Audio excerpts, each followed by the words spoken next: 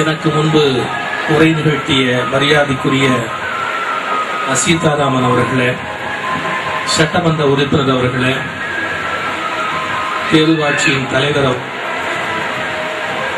மரியாதைக்குரிய நண்பர் ஜெயக்குமார், திருமதி நான்சி,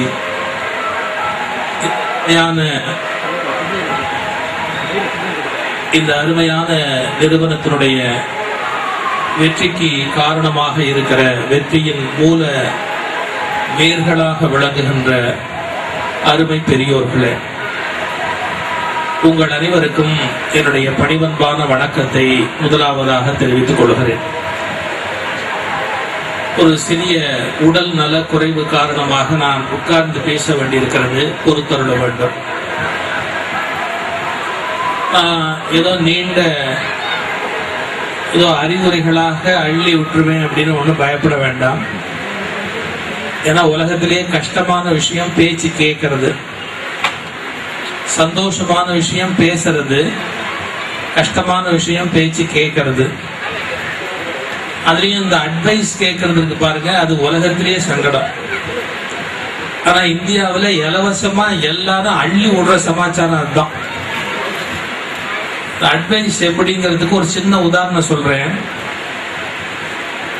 ஒரு பஸ்ல ஒரு பெரியவர், ஒரு 65-70 வயசு ஒரு பஸ்ல வந்துகிட்டு இருந்தாரு. ஒரு 33-34 வயசு ஒரு ஆளு, இளைஞர், அவர் பாட்டுக்கு சிகரெட் பிடிச்சிக்கிட்டே வந்தார். அதாவது எந்த பக்கம் என்ஜின்னு தெரியல, அவ்வளவு புகை வருது. கடைசியில பஸ் நின்று இறங்கின உடனே அந்த பெரியவர் அந்த இளைஞருக்கு போய் கடுப்பா ஒரு கேள்வி கேட்டார். தம்பி, உங்களுக்கு என்ன வயசாகுது? 35 வயசாகுது. எத்தனை வருஷமா சிகரெட் பிடிக்கிறீங்க? ஒரு 12-14 வருஷமா பிடிக்கிறேன். ஒரு நாளைக்கு எத்தனை சிகரெட் பிடிப்பீங்க? ஒரு 20-25 பிடிப்பேன். ஒரு சிகரெட் என்ன விலை? 2,000 ரூபாய் ஆகுது. இந்த பெரியவர் உடனே வெறுவெறுன்னு கணக்கு போட்டார். நீங்க எல்லாம் இப்ப கணக்கு போடுறதா இருந்தா கால்குலஸ் இல்லாம கணக்கெல்லாம் போட முடியாது. 60 வயசுக்கு மேல இருக்கிறவங்களுக்கு கணக்கு போடுறதுக்கு கால்குலஸ் எல்லாம் வேண்டியது இல்லை. அதுவும் அடுத்தவன் கணக்குன்னா ஆசையா போடுவாங்க. அப்படியே விறுவிறுன்னு கணக்கெல்லாம் விறுவிறுன்னு போட்டுட்டு அவருக்கு சொன்னார், தம்பி, நீங்க சிகரெட்லயே இது வரைக்கும் எவ்வளவு விட்டீங்க தெரியுமா? 4,25,420 ரூபாய் சொல்றாரு.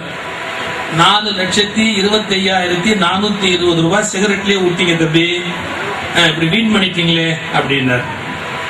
அவன் திருப்பி கேட்டான், சார் நீங்க சிகரெட் குடிப்பீங்களா சார்? இல்ல. உங்ககிட்ட இப்ப 4 லட்சம் இருக்கா சார்? இல்ல. எங்கிட்டயாவது பிடிச்சோம்னு ஒரு திருப்தி இருக்கு, உங்ககிட்ட அதுவும் இல்ல. அப்புறம் எதுக்கு அனாவசியமா யோசனை சொல்றேன்? பாத்தீங்களா, இந்த நாட்டுல யோசனை சொல்றவங்களுக்கு எப்படி எல்லாம் பரிசு கிடைக்குது பாத்தீங்களா? எனக்காவது பிடிச்சோன்னு திருப்தி இருக்கு, உனக்கு அதுவும் இல்லை, அப்புறம் என்னத்துக்கு யோசனை சொல்ற? அதனால இதெல்லாம் தெரிஞ்சதுக்கு அப்புறம் நாங்கெல்லாம் யோசனை சொல்லக்கூடாதுங்கிறது தெரிஞ்சு வச்சுக்கிட்டோம். இதுல எதுக்காக நாங்க பேச கூப்பிடுறோம் அப்படின்னா, ஒரு சந்தோஷத்தை பகிர்ந்துக்கலாம் அப்படின்னு. என்னுடைய நண்பர் நந்தகோபால் சொன்னார், இது மாதிரி ஜெயக்குமார், நான்சி அவர்கள், இன்னும் பல அன்பர்கள், பல பேர் முயன்று ஒரு புதிய வித்தியாசமான ஒரு தொழிற்சாலையை வெற்றிகரமாக நடத்தி கொண்டிருக்கிறார்கள். அதிலும் குடும்ப விழாவாக தங்கள் ஊழியர்களை அரவணைத்து அன்பு பாராட்டி ஒரு சந்தோஷமான விழாவாக நடத்துகிறார்கள். நீங்களும் வந்திருக்க வேண்டும் என்று நண்பர் நந்தகோபால் என்னை அழைத்தார். நான் மகிழ்ச்சியோடு வந்தேன். நான் வருகிற போது இங்கு ஒரு நண்பர் நல்ல அருமையான முறையிலே பல குரலில் பேசிக் கொண்டிருந்தார். இந்த பல குரல் பேசுகிற போது எனக்கு என்ன தோன்றியது, பல பேர் இன்றைக்கு பல மனிதர்களாகவே பேசிக் கொண்டிருக்கிறார்கள். ஒரு ஆளுக்குள்ள ஒரு 7-8 பர்சனாலிட்டி இருக்கு. இப்பெல்லாம் யாரையுமே நீங்க முழுசா எடுத்துக்க முடியாது. 8-10க்கு ஒண்ணு சொல்றான், 8-12க்கு இன்னொன்னு சொல்றான். என்ன அப்படின்னா, அப்ப அப்படி தோணுச்சு சொல்றேன், இப்ப இப்படி தோணுச்சு சொல்றேன், இப்ப நீ என்ன பண்ண சொல்ற அப்படிங்கிற. அதனால ஒரு மனிதனுக்குள்ள பல நபர்களே இருக்கிற போது அந்த ஒரு மனிதனுக்குள்ள பல குரல் ரொம்ப அருமையா பண்ணார். அந்த கலைஞரை நம்ம முதல்ல வாழ்த்தணும். ரொம்ப அருமையாக தன்னுடைய நிகழ்ச்சியை செஞ்சார். அவருக்கு நம்முடைய வாழ்த்து பாராட்டு. ஏன் தெரியுமா, நம்ம என்னதான் லட்சமா பணம் கொடுத்தாலும் ஒரு உண்மையான கலைஞனுக்கு கிடைக்கக்கூடிய மகிழ்ச்சி என்னன்னா, இப்ப நீங்க கைதட்டீங்க பாருங்க, அந்த பாராட்ட தான் சந்தோஷமே இருக்கு. ஒரு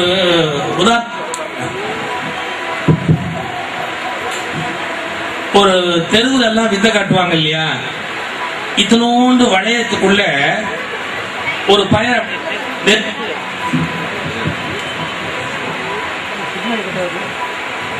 ஒரு சின்ன வளையம், அந்த சின்ன வளையத்துக்குள்ள நெருப்பு வேற பத்தி எரியுது. அதுல ஒரு பையன் ஓடி வந்து உள்ள பூந்து அந்த பாயலாம். சின்ன வளையம், யாரும் போக முடியாது. அதுல போன உடனே எல்லாம் இந்த ட்ரம் அடிச்சுட்டு சொல்லலாம் ஜோரா ஒருத்தர கை தட்டுங்க அப்படிங்கிறா, எல்லாம் தட்டுறாங்க. அப்ப கரெக்டா அந்த பையன் பாஞ்சு அந்தாண்டு போயிட்டேன். இதை பார்த்துக்கிட்டே இருந்த ஒரு ஆள் என்ன பண்ணாரு, அப்படி பாஞ்சு போற பையனை இங்கேருந்து கூட்டிட்டு வந்து சொன்னார், தம்பி உனக்கு ஒரு நாளைக்கு இந்த ஆள் எவ்வளவு கொடுக்குறான் காசுன்னு. அவன் என்ன சார் 25 ரூபா கொடுத்தா ஜாஸ்தி, சில நாள் அதுவும் கொடுக்க மாட்டேன். அவஸ்தை சார், நான் உனக்கு 500 ரூபாய் தரேன், நான் சொல்ற ரவுண்டுக்குள்ள பூந்து நீ வெளியே வரணும்னா. 500 ரூபாய் தரீங்கன்னா என்ன வேணாலும் செய்வேன், கூப்பிடுங்க சார். எங்க சார்னா, இப்ப வேணாம் வான்னு ராத்திரி 11 மணிக்கு வான்னு சொல்லி ஊருக்கு ஒதுக்குப்புறமா இருக்கிற ஒரு வீட்டுக்கு போய் வீட்டை வந்து கூட்டிட்டு தூங்கிட்டு இருக்கான் எல்லாம். அவன் வீட்டுல இந்த கிச்சன்ல வந்து ஒரு எக்ஸாஸ்ட் ஃபேன் வைப்பான் பாருங்க, அது இன்னும் வைக்காம ஒரு ஓட்டை இருக்கு கரெக்டா. அவன் சொல்றான், தம்பி இது வழியா நீ உள்ள போய் உள்பக்கம் கதவு மட்டும் திறந்து விட்டுரு, 500 ரூபாய் தரேன்னா. அவன் திருட்டுக்கு வேலைக்கு கூப்பிடுறான். இந்த ரவுண்டு வழியா உள்ள போய் நீ உள்பக்கம் போய் தாப்பா கதவை திறந்து விட்டுடு, நான் உள்ள போய் மற்ற வேலையெல்லாம் பார்த்துக்குவேன், எனக்கு 500 ரூபாய் தர்றேன் அப்படின்னா. அவன் சொன்ன, என்னங்க பெரிய விஷயம், நெருப்பிலே போட்டு போவேன், இது தரோண்டு அதெல்லாம் ஒண்ணு, அந்த ரவுண்ட்ல போயிடலாங்க. ஆனா ஒரு விஷயம் என்ன, ஒரு கை தட்டத்துக்கு ஒரு 50 பேர் கூப்பிடுங்க. ஏய் திருட போற கை தட்டத்துக்கு 50 பேரை கூட்டிகிட்டா போவான், என்னடா விளையாடுறேன்னா. இத்தனோண்டு வளையத்துக்குள்ள போனா எவ்வளவு சாமர்த்தியம் வேணும். அது எங்கேருந்து வருதுன்னு நினைக்கிறீங்க? அந்த ஜனங்க கைதட்டி உற்சாகம் பண்ற போது ஒரு வேகம் வருது பாருங்க, அதுலதான் பாயிறேன். அதனால எனக்கு கைதட்டுறதுக்கு ஒரு 50 பேரை கூட்டிட்டு வாங்க, இதை விட சின்ன ஹோட்டலோட போவேன் அப்படின்னா. மனுஷன் சாதிக்க முடியாத சாதிக்கிறான்னு சொன்னா பாராட்டாலதான் சாதிக்கிறான். நான் சைக்காலஜில ஒரு புக்கு படிச்சுக்கிட்டு இருந்தேன். ஆச்சரியமான ஒரு விஷயம், இங்க நிறைய பிள்ளைங்களுக்கு விளையாட்டுலாம் காட்டினாங்கல்ல, பெரிய யானைய சர்க்கஸ்ல வந்து சைக்கிள் ஓட்ட வைப்பா, பாத்திருக்கீங்களா? எங்கேயாவது யானைக்கும் சைக்கிளுக்கும் சம்பந்தம் உண்டா? அவ்வளவு பெரிய யானைய இந்த சைக்கிள் ஓட்ட வைக்கிறானே, எப்படி வைக்கிறான் அப்படின்னா சைக்காலஜில சொல்றேன், அந்த யானை முதல்ல சைக்கிள் கிட்டே வராது, தனக்கு அதுக்கு சம்பந்தம் இல்லை அப்படின்னு தள்ளி நின்று இப்படி பார்த்துக்கிட்டே இருக்கலாம். அதை முதல்ல கிட்ட வரவழைக்கணும். யானைக்கு பிடிச்சதா ஒரு கரும்பு இல்ல ஒரு இனிப்பு இல்ல யானைக்கு பிடிச்ச மாதிரி ஏதாவது கொண்டு போய் அந்த சைக்கிள் மேல வைப்பாங்களாம். அந்த யானை இப்படி பார்த்துக்கிட்டே இருக்கும், தனக்கு பிடிச்ச ஐட்டம் அங்க இருக்கணும்னே கிட்டக்கு போகும். அது முதல்ல அந்த சைக்கிள்ல இருந்து அதுக்கு பிடிச்ச ஏதாவது ஒரு வெல்லம் கரும்பு எதையாவது ஒண்ணு எடுத்த உடனே அதை ட்ரெயின் பண்றாரு பாருங்க. அந்த ட்ரெயினர் அவர் சொல்லுவாரா, குட் வெரி குட் அப்படின்னு உடனே யானைக்கு ஒரு சந்தோஷம் வரும். பாராட்டின உடனே தான் ரொம்ப நல்ல காரியம் பண்ணிட்டோம்னு அந்த யானைக்கு ஒரு சந்தோஷம் வரும். அந்த சைக்கிள் எப்படி தொட்டு பார்க்குமா, தொட்ட உடனே மறுபடியும் வெரி குட் அப்படின்னு மறுபடியும் அதுக்கு ஒரு சாக்லேட்டோ ஒரு வெல்லமோ ஏதாவது அதுக்கு என்ன பிடிக்குமோ. அப்புறம் ஒரு நாள் மெதுவா அந்த பெடல் எப்படி காலால தொட்டு பார்க்கும், இவன் பண்றதை பார்த்துட்டு அதுவும் பண்ணணும் அப்படி. உங்களுக்கு தெரியும், எடுத்த உடனே எதுவும் சரியா வராது, அது முதல்ல தப்பா போகும், கீழே விழுந்துரும். சைக்காலஜில கத்து கொடுக்குறான், தப்பா விழுந்தா கூட திட்டப்படாதான். கீழே விழுந்த உடனே வெரி குட், நீ விழுந்த மாதிரி யார் விழுந்திருக்கா உலகத்துல இது வரைக்கும், பிரமாதமா விழுந்தியப்பா அப்படின்னு அப்பவும் பாராட்டணுங்கிற. இந்த பாராட்ட யானை என்ன பண்ணுமா, ஓ அப்ப நாம இதுல ஏறி உட்கார்ந்து இதை ஓட்டினா 10 பேர் நம்மளை பாராட்டுவாங்கிற தாட் பதிஞ்ச உடனே கொஞ்சம் கொஞ்சமா அந்த யானை பழகி ஒரு நாள் சைக்கிளே அந்த சர்க்கஸ்ல யானை ஓட்ட ஆரம்பிக்குது. ஒரு யானையவே ஒரு சைக்கிள் ஓட்ட வைக்க முடியும் அப்படின்னு சொன்னா, பாராட்டின் மூலமாக ஒரு யானையே சைக்கிள் ஓட்ட வைக்க முடியும்னு சொன்னா, இந்த உலகத்தில் எந்த மனிதனையும் எதை வேண்டுமானாலும் செய்ய வைக்க முடியும், சரியானபடி பாராட்டி கொண்டே இருந்தார். அந்த பாராட்ட எந்த வேலையை வேணாலும் யாரை வேணாலும் செய்ய வைக்க முடியும். அதுக்கு ஒரு அன்பு வேணும், ஒரு அக்கறை வேணும், அவங்க வளரணுங்கிற ஆசை வேணும். இதுதான் இன்னைக்கு உலகத்துல தேவை. தன்னை இன்னொருத்தர் மதிக்கணும் பாராட்டணுங்கிற எண்ணம் எல்லார் மனசுலயும் இருக்கு. நான் அதுக்கு தான் சொன்னேன், ஒரு திறமையுடைய கலைஞனை முதல்ல பாராட்டணும் அப்படின்னு. இங்க நீங்க பல பேர் குடும்பத்தோட வந்திருக்கிறீங்க, குழந்தைகளையும் கூட்டிட்டு வந்திருக்கிறீங்க. உங்க குழந்தைகளை நீங்க கவனிச்சீங்கன்னா தெரியும், குழந்தைகள் எங்கேயாவது வந்து திடீர்னு நம்ம ஒரு வீட்டுக்கு போயிருப்போம், அந்த குழந்தைங்க எங்கேயாவது வந்து பக்கத்துல வெறும் இப்படி நின்று நம்மள ஒரு பார்வை பார்க்கும். நாம பெருவாரியா குழந்தைகளை மதிக்கவே மாட்டோம், அந்த குழந்தைய ஒண்ணு கேட்க மாட்டோம், நீ யாரு, எதுக்கு வர, என்ன உன் பேர் என்ன, எதுவுமே கேட்க மாட்டோம். அந்த குழந்தை இப்படி நிற்கும். சில குழந்தைங்க புதுசா ஃப்ராக் போட்டிருக்கோம். ரொம்ப இவங்க கூட அந்த பூக்கொத்து கொடுத்த குழந்தை ரொம்ப அழகா ட்ரெஸ் பண்ணி இருந்தது. அது மாதிரி சில குழந்தைங்க வித்தியாசமா ட்ரெஸ் பண்ணி இருக்கும். அதுக்கு என்ன ஒரு ஆசைன்னா, இதை பார்த்து இவங்க 2 வார்த்தை பாராட்ட மாட்டாங்களா அப்படிங்கிற நினைப்பு இருக்கும். நாம அந்த வீட்டுக்கு போயிருக்கிறோம். அந்த குழந்தைய பார்த்த உடனே கூப்பிட்டு, வெரி குட், ரொம்ப அழகா ட்ரெஸ் பண்ணி இருக்கிறீங்க, பிரமாதமா இருக்கிறீன்னு சொன்னா அந்த குழந்தை சந்தோஷப்படும். சில குழந்தைங்க அந்த ஃப்ராக்க கூட மெதுவா அப்படி காமிக்கிறேன், பாரு நான் புதுசு வாங்கியிருக்க மாட்டியா அப்படிங்கிற மாதிரி காட்டும். ஆனா நீங்க வாழ்க்கையில் இருக்கிற அவசரத்துல என்னன்னா, பெற்றவனே பிள்ளைய ஒண்ணும் பாராட்ட மாட்டேங்கிறேன். அவனவனுக்கு இருக்கிற அவசரத்துல இன்னும் அவனவனுக்கு அது அவன் உள்ளதானே தெரிய மாட்டேங்குது. இது எதுக்கு இங்க வந்து நிக்குதுங்கிறான். ஐயோ நம்ம பிள்ளைங்க, நம்ம பிள்ளையா அப்படிங்கிறான். அவ்வளவு வேகத்துல எங்கேயோ போயிட்டு இருக்கிறான், ஓடுறா ஆடுறா, அது என்ன ஏதுங்கிற விவரமே தெரிய மாட்டேங்குது. அதான் நீங்க சொன்னா ரொம்ப அழகா போட்டிருந்தேன். ஒரு தெருவில் ஒரு பையனை போட்டு அடிச்சுக்கிட்டு இருந்தானா, ஏன்டா அடிக்கிறேன் சார், எவ்வளவு கஷ்டப்பட்டு படிக்க வைக்கிறேன் சார், பள்ளிக்கூடத்துல சன் எது மூணு எதுன்னு கேட்டிருக்கேன். நான் மட பையன் சன்னுக்கும் மூணுக்கும் வித்தியாசம் தெரியாம நின்று இருக்கிறான். அது அந்த ஆள் சொன்னா, அவனாவது பரவாயில்லடா, சன்னுக்கு மூணுக்கு வித்தியாசம் தெரியாம பண்ணா, நீ உன் சன்னுக்கு என் சன்னுக்கு வித்தியாசம் தெரியாம அடிச்சுக்கிட்டு இருக்கிறியடா, அவன் ஏன் சன்னு இது கூட தெரியாம அடிக்கிறிய, அறிவு இருக்காடா உனக்கு அப்படி. இன்னைக்கு அப்படி ஆகி போச்சு உலகத்துல. பல பேர் யாரு என்ன ஒரு அவசரம் வாழ்க்கையில மனுஷன் ஓடிக்கிட்டே இருக்கிறான், அவன் பாட்டுக்கு ஓடிக்கிட்டே இருக்கிறான். நான் உங்களுக்கு ஒரே ஒரு வார்த்தை சொல்றேன், யோசிச்சு பாருங்க சரியா இருக்கா இல்லையான்னு. வாழ்க்கையில பணம் சம்பாதிக்கிறது தான் நம்ம கஷ்டப்படல, ஒண்ணு இல்லைன்னு சொல்லல. ஆனா பணம் சம்பாதிக்கிறதுடைய நோக்கம் என்னன்னு கேட்டா, சந்தோஷமா இருக்கிறதுக்காக தான் சம்பாதிக்கிறோம். சம்பாதிக்கிறதுக்காக சம்பாதிக்கல, சந்தோஷமா இருக்கிறதுக்கு தான் சம்பாதிக்கிறோம். சந்தோஷமா இருக்க முடியாதுன்னு சொன்னா அந்த வார்த்தை கவனிக்கணும். சந்தோஷமா இருக்க முடியாதுன்னா சம்பாதிக்கிறது நிறுத்தலாமே ஒழிய சந்தோஷமா இருக்கிறது நிறுத்தக்கூடாது. இதுதான் சரியான வாழ்க்கை முறை. பணத்தை இழந்தாவது வாழ்க்கையை தேடிக்கொள், வாழ்க்கையை தொலைத்தாவது பணத்தை தேடாதேன்னா. பணத்தை இழந்தாவது வாழ்க்கையை தேடிக்கொள், வாழ்க்கையை தொலைத்து பணத்தை தேடுகிற முட்டாள்தனத்தை நிறுத்துனா. இதெல்லாம் வாழ்வதற்காகத்தான் எல்லாம். எனவே வாழ்க்கையை மகிழ்ச்சியோட சந்தோஷத்தோட நம்ம கொண்டாடும். கொஞ்ச நேரம் முன்னாடி அங்க ஒரு பெருசா என்னமோ ஒண்ணு குதிக்கிறதுக்குனே ஒரு இடம் போட்டிருந்தாங்க. குழந்தைங்க எல்லாம் குதிச்சுக்கிட்டு இருந்தது, ரொம்ப சந்தோஷமா குதிச்சுக்கிட்டு இருந்தது. சொற்பொழிவு ஆரம்பிச்சோன்னு எடுத்துட்டாங்க. ஏன் இனிமே சொற்பொழிவு ஒழுங்கா நடக்கக்கூடாதுன்னு முடிவு பண்ணி குழந்தைங்க எல்லாம் அங்க வேணா இங்க வந்து குதிக்கப்பா அப்படின்னு அதை குதிச்சுட்டு இருந்த குழந்தைங்க எல்லாத்தையும் விட்டு அதை எடுத்து அதுல குதிக்கிறது நிறுத்திட்டாங்க. நான் அதை பார்த்து நிஜமாவே சந்தோஷப்பட்டேன். ஏன் தெரியுங்களா, குழந்தைங்களால சும்மா இருக்க முடியாது, ஆக்டிவா இருக்காது, எப்ப பார்த்தாலும் சுறுசுறுப்பா இருக்காது. ஒரு எனர்ஜி இருக்கு, எனர்ஜி ஃப்ளோ, உள்ளுக்குள்ள ஒரு சக்தி வெள்ளம் புரண்டுகிட்டு இருக்கு. அதுங்களால ஒரு இடத்துல உட்கார முடியாது, அதுங்க மாட்டுக்கு அப்படியே குதிச்சுக்கிட்டு தான் இருக்கும். நமக்கு குழந்தைங்க குதிச்சுதுன்னு வச்சுங்க, நம்ம பிபியே எகிரிடும். நம்ம என்ன சொல்ல, குழந்தைகளை பாரு சரின்னு பேசாம ஒரு இடத்துல உட்காந்து தொலையன் அப்படிப்பா, ஒரு இடத்துல உட்காந்து தொலைய. அதுக்குன்னு ஒரு வயசு இருக்கு சார். 80 வயசுல உட்கார்ந்தா எந்திரிக்க முடியாது, எந்திரிச்சா உட்கார முடியாது, அப்ப அது உட்கார்ந்தே இருக்க போகுது. இப்ப என்ன அவசரம், அது ஓடுற வயசுலயும் உட்கார்ந்து தொலைய, ஏதாவது ஒரு இடத்துல உட்காருன்னா அது எப்படி உட்காரும்? குழந்தைங்களுக்கு உள்ளுக்குள்ள ஒரு சந்தோஷம், ஒரு ஆனந்தம் குதிச்சுக்கிட்டே இருக்கு. வாங்கப்பா வாங்க குதிங்க. நான் சொன்னது விட்டு விட்டு பிடிக்குது காத்துனாலயா. ஒரு சின்ன உதாரணம் சொல்ற பாருங்க. குழந்தைங்க எப்பவுமே மகிழ்ச்சியா இருக்கும், நாம தான் அழுமூந்தியா இருப்போம். இப்ப என் நண்பர் தெங்கச்சி சுவாமிநாதன் நல்ல பேச்சாளர், அவர் சொல்வாரு, ஒரு நாளைக்கு தொட்டில் இருக்கிற குழந்தை 240 தடவையில இருந்து 270 தடவை சிரிக்குமா. 240 தடவையில இருந்து 270 தடவை ஒவ்வொரு நாளும் தொட்டில் இருக்கிற குழந்தை சிரிக்குமா. இப்ப யாராவது தினம் காலையில இருந்து யோசிச்சு பார்த்தா ஒரு 240 தடவை சிரிச்சிருப்போமா பாருங்க. குழந்தைய சிரிக்க வைக்கிறதுக்கு யாரும் ஜோக் அடிக்க வேண்டாம். ஒரு குழந்தைய சிரிக்க வைக்கிறதுக்கு ஒரு தம்பி இங்க மிமிக்ரி பண்ணாரு, அது மாதிரி மிமிக்ரி பண்ணணுமா? எஸ்வி சேகரை கூட்டிட்டு வந்து டிராமா போட சொல்லணுமா? கிரேசி மோகன் நாடகம் போடணுமா? விவேக், வடிவேலு, கவுண்டமணி, செந்தில் யாராவது வந்து காமெடி பண்ணுமா? ஒண்ணும் வேணாம். ஒரு தொட்டில ஒரு குழந்தை இருக்கு, நீங்க சிரிக்க வைக்கணும் முடிவு பண்ணீங்கன்னு வச்சுங்க, 4 ஒரு கிள்ளிப்ப. எவ்வளவு? 4 பிளாஸ்டிக்ல இருக்கு கிள்ளிப்ப. அதுல என்ன போட்டிருக்கிறேன்? ஒரு 4 கல்லு போட்டிருக்கிறேன். அதுல ஒரு ஜோக்கும் இல்ல.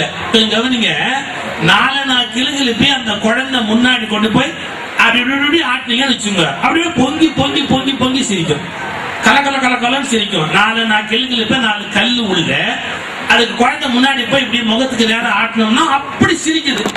எங்க அதே கிரிக்கெட் கொண்டாந்து ஒரு 60 வயசுக்கான முகத்துக்கு நேரம் இப்படி 2 ஆட்டம் ஆட்டுங்க, சப்புன்னு ஒண்ணு வைப்பான். காலையில இருந்து மனுஷன் கடுப்பா இருக்க கிரிக்கெட் கொண்டாந்து ஆட்டுறான். வயிற்றுல பிடிச்சிருக்கவனுக்கு எவ்வளவு வீணா போயிட்டா பாத்தீங்களா? ஒரு கிளிகிளிப்பை சிரிச்சுக்கிட்டு இருந்த சந்தோஷமான வாழ்க்கையை தொலைச்சுட்டு ஒரு படத்துல ஜோக் அடிச்சாலும் சிரிக்க மாட்டேங்கிறான், காமெடி சீன் வந்தாலும் சிரிக்க மாட்டேங்கிறான், உட்கார்ந்து இருக்க. வாழ்க்கையில் மகிழ்ச்சியில் பிறந்து அதைவிட மகிழ்ச்சியில் வாழ்க்கை முடியணும். நம்மால் கிறுக்கமா இருக்கிறா. எப்படின்னா மகிழ்ச்சியில தொடங்கின வாழ்க்கையை துக்கத்துல முடிக்கிறான். சில பேர் சிரிச்சா பக்கத்துல யாராவது சிரிச்சா வச்சுங்க, அவனுக்கு எதுக்கு சிரிக்கிற, என்னடி சிரிக்கிற, வாய முடிட்டு பேசாம. நான் ஒரு கிராமத்துக்கு போயிருந்தேன் பேசுறதுக்கு, என்னால் மறக்கவே முடியாது. அது அந்த கிராமத்துல நானும் கஷ்டப்பட்டு சிரிக்க வைக்கணும்னு, ஏன்னா சிரிச்சாதான் நல்லா இருக்கும், மனுஷன் மகிழ்ச்சி. 4 பேர் சேர்த்தா சிரிக்கணும். அழுவணும்னா தனியா போய் உட்காந்து அழுவலாம்ல. அழுவணும் ஒரு 7 பேர் சேர்த்துக்கிட்டு அழுவுறது. தனியா சிரிக்க கூடாது. தனியா சிரிச்சா தப்பா நினைப்பா. நீங்க எங்க தனியா நின்று சிரிச்சு பாருங்க, உங்களை ஒரு மாதிரியா பாப்பா. என்ன காலம்பரம் நல்லா இருந்தாரு, பையன் ஆயிட்டாரு அப்படின்பா. சிரிக்கிறதா இருந்தா தனியா சிரிக்க கூடாது, அழுவுறதா இருந்தா தனியா அழுவல. 5 பேர் சேர்த்தா கலக்கலான்னு சிரிக்கணும். நான் ஒரு மீட்டிங்ல போய் என் உயிரை விடுறேன், எப்படியாவது அவங்க சிரிக்க வச்சிடணும் அந்த கிராமத்துல. எல்லாம் ஒண்ணு கூட சிரிக்க மாட்டேன், அப்படியே உட்காந்து. கடைசியா ஒரு ஆளு அடக்க முடியாம ஒரு சின்ன பொம்பளை, ஒரு 25-26 பொண்ணு, அது சிரிச்சிருச்சு, கபகன் சிரிச்சு. ஒரு வயசான கிழவி எந்திரிச்சு அந்த பொண்ணை பார்த்து சொல்ல, அறிவு இருக்கா அவனுக்கு, இவ்வளவு பெரிய மனுஷன் நம்ம ஊருக்கு வந்திருக்கிறாரு, சிரிக்கிறீங்க என்ன பார்த்து, ராசா நீ பேசு, இனிமே நான் சிரிக்காதபடி பாத்துக்கிறேன். காதல் நிறைய ராசா நீ பேசு. அதுவும் மரியாதை இல்லாம சிரிச்சிருச்சு. நம்ம ஊர்ல ஒரு தப்பான என்ன, பெரியவங்க முன்னாடி சிரிச்சா மரியாதை மான மரியாதை எல்லாம் போயிடுச்சு. அப்படிலாம் ஒண்ணும் கிடையாது. வாழ்க்கை மகிழ்ச்சியாக இருப்பதற்கு தரப்பட்டு இருக்கிறது. வாழ்க்கையை ஆனந்தமாக நடத்தணும். ஒரு நாள் காலையிலிருந்து மாலை வரையில மனிதனுக்கு எவ்வளவு நிறைவாகவும் நிம்மதியாகவும் மகிழ்ச்சியாகவும் இருக்க முடியுமோ அவ்வளவு மகிழ்ச்சியா இருக்கும். அதுக்காக வேலை பார்க்காம இருந்த அர்த்தம் இல்ல, வேலையை கூட மகிழ்ச்சியா பார்க்கணும். இதுதான் வாழ்க்கையில மிகப்பெரிய கலை. வேலை பார்க்காம இருக்கிறது மகிழ்ச்சி அல்ல, வேலைய மகிழ்ச்சியா பார்க்கறது தான் கலை. ஒரு உதாரணம் சொல்றேன் பாருங்களேன்.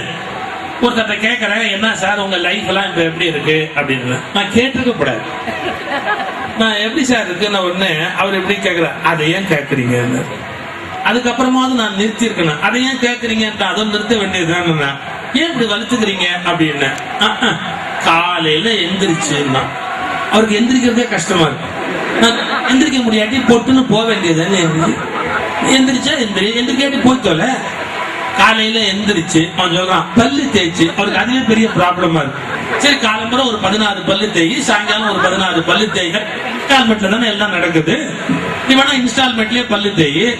காலம்புற எந்திரிச்சு பல்லு தேய்ச்சு ஒரு வார்த்தை ஆத்தலாமா, மைக்கு விட்டு விட்டு பிடிக்குது.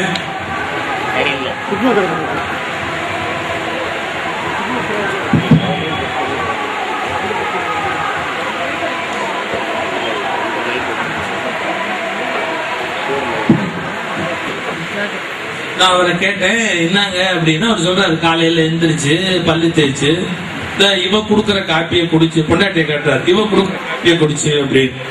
இப்ப இவ குடுக்கற காப்பியை குடிச்சுன்னு அழுத்துக்கிறாரு. அப்ப வேற எவ குடுக்கற காப்பியை குடிக்கிற ஐடியா இருக்காம இவ குடுக்கற காப்பியை குடிச்சு அவன் சொன்ன பாருங்க ஒரு வார்த்தை, அதே பஸ்ல ஏறி அதே ஆபீஸ்ல போய் அதே கையெழுத்து போட்டு அதே சம்பளத்தை வாங்கிட்டு அதே வீட்டுக்கு வர வேண்டியிருக்கேங்கிறான்.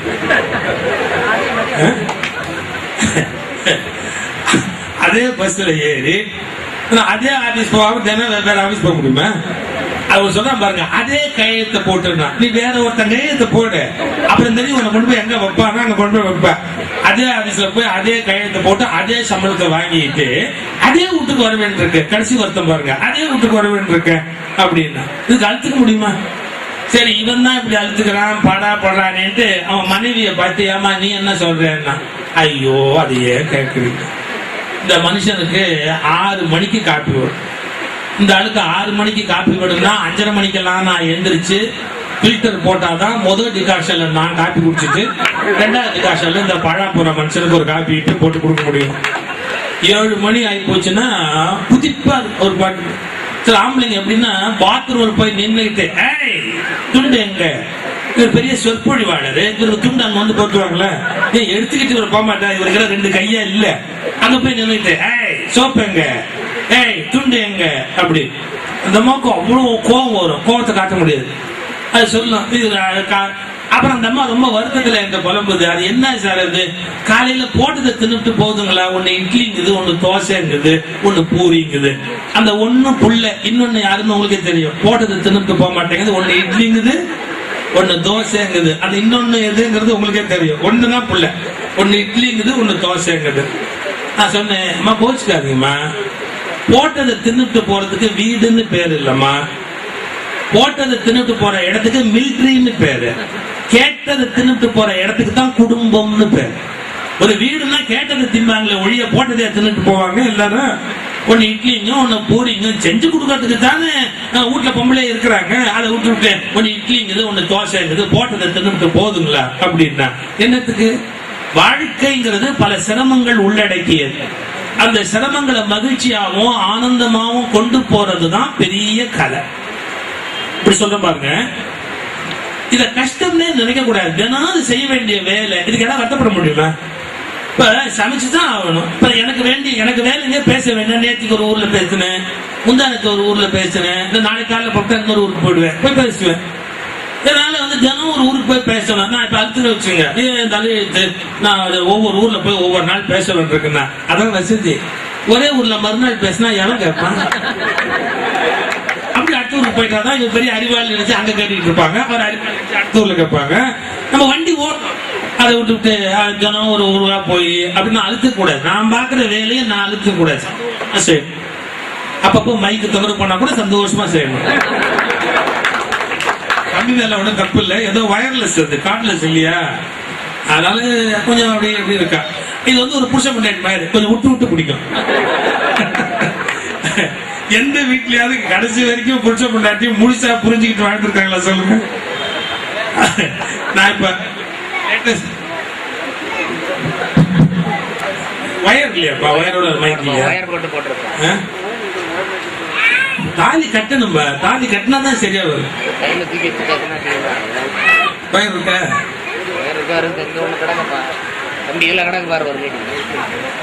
கொஞ்சம் நீரா அந்த கார்டு வைக்கலாமா?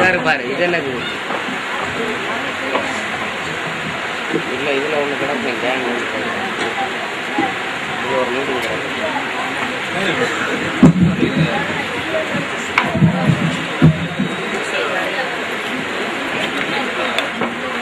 காலையிலதான் நல்ல மைக்குன்னு சொல்லிட்டு போனேன். நல்ல மைக்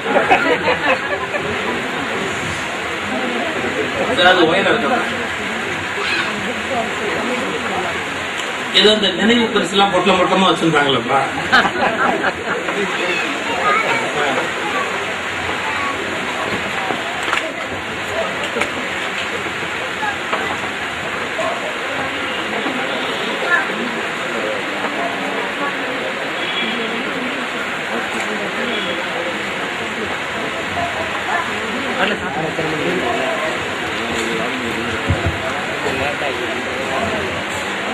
ஆறு 40 முதல் 42 வரை எமது நிகழ்ச்சியின் இடையில் ஏற்பட்ட தடங்களுக்கு மகிழ்ச்சி அடைகிறோம்.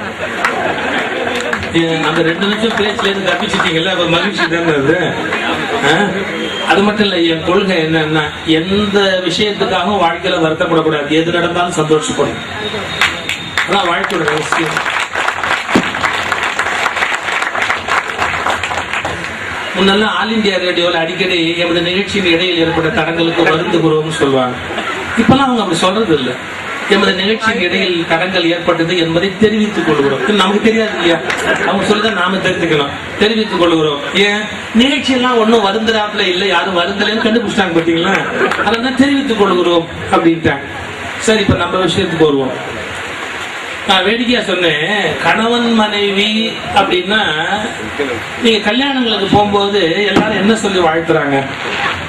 எந்த கல்யாணத்துக்கு போனாலும் வாங்க, நான் போகும்போதெல்லாம் நானே எடுத்து விடுவேன்.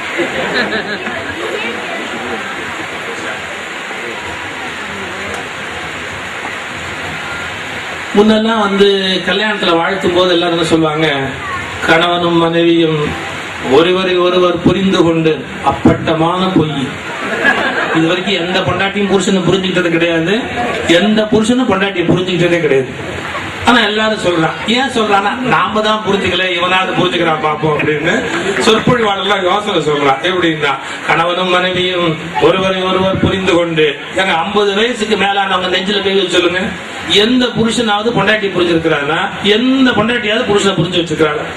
அதுக்காக சில பேர் பொண்டாட்டி எல்லாம் மாத்திக்கிட்டு பாக்குறான். ஒண்ணு முடியல, யாரு மாத்தலாம் ஒண்ணு புரிஞ்சுக்கிறதுக்கு தயாராகவே இல்லை. ஏன் புரிஞ்சுக்கல? நான் இப்ப ஒரு பெரிய அதிர்ச்சியான உண்மையை சொல்ல போறேன். ஒரு மனிதரை இன்னொரு மனிதர் புரிந்து கொள்ளவே முடியாது.